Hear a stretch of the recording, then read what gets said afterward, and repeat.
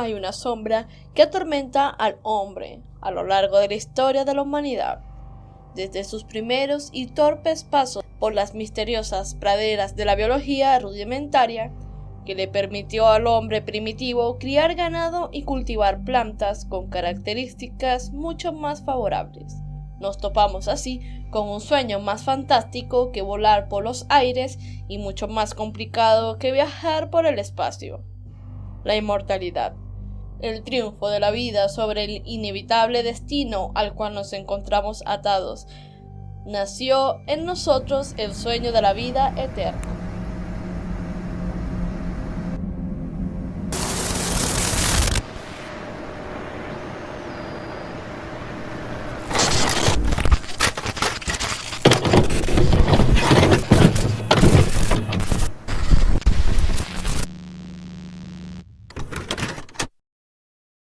Henrietta Lacks nació como Loretta Place en Roanoke Cave, Virginia, el 1 de agosto de 1920. Una mujer afroamericana donadora involuntaria de células de un tumor canceroso, las cuales fueron cultivadas por el Dr. George Otto Gay, dando origen así a una línea de cultivo celular inmortal. Así es, no los están traicionando sus oídos. Esta mujer poseía en su organismo células inmortales. Hasta donde sabemos, Henrietta es el primer y único ser humano con estas características genéticas tan particular. Sus padres fueron Eliza y John Randall. Sus hijos y los hijos de estos desconocen cómo ocurrió el cambio de nombre de Loretta a Henrietta. Sin embargo, en vida llevó un sobrenombre de Genia. Su madre murió en el nacimiento de su 10º hijo, cuando Henrietta tenía solo 4 años, por lo que su padre llevó a los niños a criarse con sus abuelos maternos en Clover, Virginia. Se casó con su primo David Lacks, sorprendiendo a muchos en la familia, ya que ambos se habían criado como hermanos. El matrimonio Lacks tuvo 5 hijos: Lawrence, Elsie, David Jr., Deborah y Joseph. Un dato curioso es que Elsie, una de sus hijas, que era descrita por la familia como diferente por ser sordomuda, murió en el Hospital Estatal de Crosby en 1955, a la edad de tan solo 16 años. Pero no sería sino hasta después que la familia se enteraría de que allí Elsie sufrió abusos por parte de las enfermeras y el personal médico, que tal parece que pudieron haberle perforado hoyos en la cabeza para realizar experimentos en contra de su voluntad, y sin el conocimiento de su familia. Había sido internada a la edad de 10 o 9 años, y allí hasta entonces la pequeña Elsie sería torturada y atormentada hasta el momento de su muerte, sin poder comentar a nadie las atrocidades que habían hecho con ella. Más tarde, o más o menos en las mismas fechas en que Henrietta Lacks descubría que tenía una inflamación en el vientre y un sangrado inusual, el 1 de febrero de 1951, después de un viaje de curación por polio. Lacks asistió a consulta en el hospital Johns Hopkins por un doloroso bulto en el cuello uterino y un derrame de sangre. Ese día le fue diagnosticado cáncer cervical, y la apariencia del tumor era diferente al cualquier antes visto por el doctor ginecólogo examinador Dr. Howard Jones. Jamás han dado explicación alguna sobre la apariencia del tumor de Lacks, solo menciona que fue el primero y único con esa forma. Antes de iniciar el tratamiento contra el tumor, le fueron extraídas células del carcinoma con fines de investigación, sin el conocimiento o consentimiento de Henrietta. Esta situación era normal a mediados de los años 50, pues la comunidad afrodescendiente era fuertemente discriminada en aquel tiempo. En su segunda visita, 8 días más tarde, el Dr. Gay tomó muestras del tumor y guardó una parte. Es en esta muestra donde tiene su origen las células HeLa. ¿Pero qué son las células HeLa? Este es un tipo particular de células de cultivo celular, usadas en diversas investigaciones científicas. Es el linaje celular humano más antiguo y utilizado con mayor frecuencia.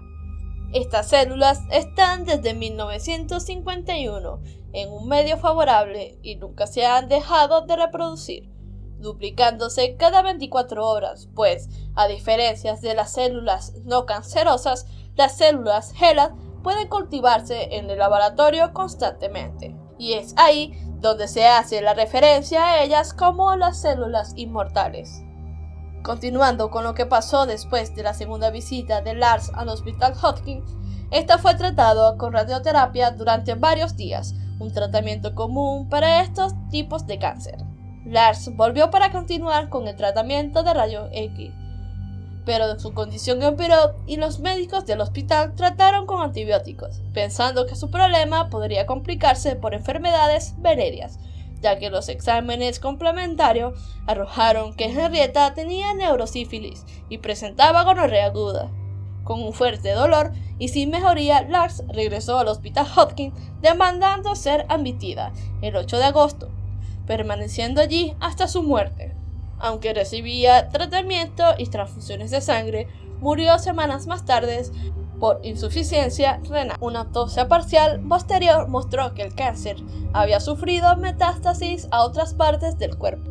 Aunque aquí no acaba la historia de Lars, pues se dice que fue sepultada en un cementerio familiar en Glasgow, en una tumba sin lápida, pero el sitio exacto de la sepultura no se conoce, aunque su familia cree que se encuentra a pocas distancias de la tumba de su madre.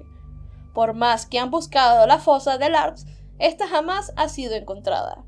A inicios de 1970, la familia de Lars recibe peticiones de investigadores que querían muestras de sangre para conocer la genética de esta. Increíblemente, nadie más tenía los rasgos que hacen sus células únicas. No obstante, el apoyo a la terapia genética fue cuestionado cuando algunos niños tratados desarrollaron leucemia. Las pruebas clínicas se interrumpieron temporalmente en el año 2002 a causa del impacto que supuso el caso de Jess Gessinger, la primera persona reconocida públicamente como fallecida a causa de la terapia genética, el cual sufrió una excesiva respuesta inmune, con un fallo multiorgánico y posteriormente la muerte cerebral. Hay muchas cepas de células HeLa que continúan evolucionando a través de su crecimiento en diversos cultivos celulares. Sin embargo, todas las células HeLa descienden de las mismas células tumorales obtenidas de Lars. Se ha estimado que el número total de células HeLa obtenidas mediante cultivos celulares excede las 50 toneladas de material genético. Debido a su adaptabilidad para crecer en cajas de cultivo, las células HeLa en ocasiones son difíciles de controlar. Ha probado ser una mala hierba persistente que contamina otros cultivos celulares en el mismo laboratorio. El grado de contaminación de células HeLa entre otros tipos celulares es desconocido, pero han demostrado que entre 10 e incluso el 20% del linaje celular in vitro están contaminados con células HeLa. En lugar de enfocarse en cómo solucionar el problema de contaminación por células HeLa, muchos científicos afirman que más que un problema causado por un error humano o defectos, se debe a la resistencia, proliferación o a la apuballante naturaleza de las células HeLa. Posteriormente, estas células fueron comercializadas como las células inmortales y no tardaron en alcanzar un alto precio, haciendo una gran fortuna con ello, bajo la excusa de que en aquellos tiempos no existía como ahora el requerimiento de alguna información de paciente a sus familiares sobre estos asuntos, ya que el material descartado u obtenido durante la cirugía, diagnóstico o terapia era propiedad del médico o de la institución médica. La familia de Lack, que además de ser numerosa, vivía de manera humilde. Nunca vio ni un solo centavo de esto, por supuesto. Todo fue al bolsillo del buen Dr. Gale, que tomó las células de Lars con todas las buenas intenciones de beneficiar al mundo de la ciencia, engordando de paso y por casualidad su cartera. Pero, ¿hasta qué punto esto es aceptable? Este podría ser el principio del fin. Es un hecho que la soberbia y el temor a la muerte ha llevado al hombre a cometer pecados inimaginables en búsqueda de aquella panacea, la piedra filosofal, una manera de evitar el trágico final, pero podríamos estar tentando demasiado nuestra suerte. Modificar de manera artificial a un hombre solo sería atentar en contra de nuestra pureza genética. Significaría matar el único patrimonio real que posee el ser humano como especie, nosotros mismos. Esto fue todo, espero que les haya gustado este video. Recuerden suscribirse, comentar y compartir. Buenas tardes, días o noches, soy Alison Smith, hasta la próxima. Un agradecimiento al gato del futuro por habernos comentado este tema.